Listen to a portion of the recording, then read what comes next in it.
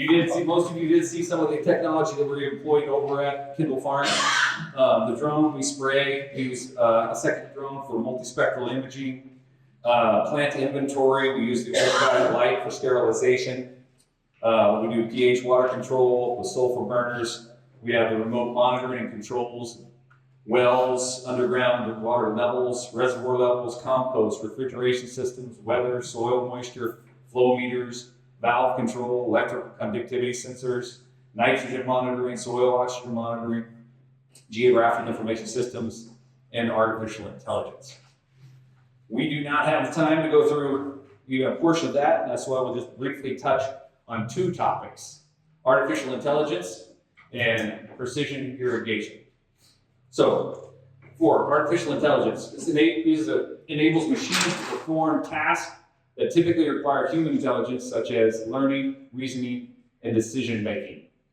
I highly recommend, if you're not already using AI, to dip your toe in that pond, because it's incredibly powerful. And it will give you many, many tools to help you in any of your endeavors, but especially in farming. So, for an example, Sierra, who you might have met at the tour yesterday, she's not only my analyst and assistant, but she's also in charge of the quality control program at the farm. Her and her team take a lot of data points. Every time we have any problems in quality, we're looking at things from the field to the receiving area and our warehouse processing. And so we have this tremendous amount of data and all these data points.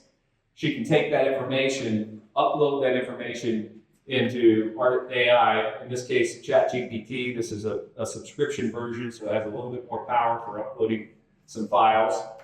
When she uploads that data, we can ask it to look for the correlations. So we're looking for a correlation coefficient between some of those data points and the quality control issues that we're having. In this case, she's already ahead of it. You know how fast it is. In this case, we're looking for what's caused, what is the correlation between our botrytis issues and on our wax flower.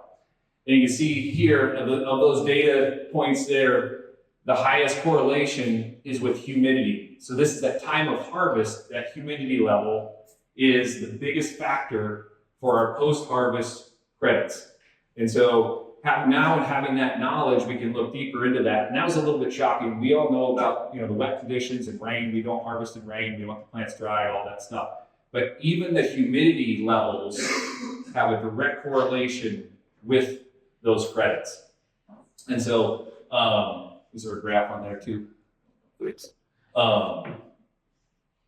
yeah, you can see how quickly for somebody, a human, to look through all that, pour through all that data and try to find that correlation is extremely difficult. But with the AI, in seconds, it can calculate that and find, hey, Troy, take a look at your humidity levels and how that correlates with your quality control problems.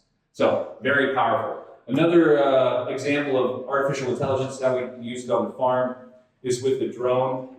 So we start out with a high resolution image. We designate the field so we can outline that, isolate that area, and then we upload that image and that data into an AI program that will run its calculations and then try to identify the canopy of each of those plants. And then once it does that, we transfer that over to a geographical information system that can now count the plants within that boundary, and now we have an inventory. This is, again, going back to one of those fundamental takeaways: you can't manage what you don't measure. One of my biggest things for the last 20 years has always been having the plant inventory of each field. And because that's so important, especially with 750 fields to try to keep track of, what kind of attrition rates are we having? What's our death rate on each of those fields? What are the factors going into those attrition rates? And not having that information is very hard to manage. You're making guesses. You can see the ones that are, oh geez, that's really bad. We can look at that, or these are really good, but all that gray area in the middle, extremely difficult to analyze. So tools like this really are helpful. It takes us all year to count the number of plants in the fields.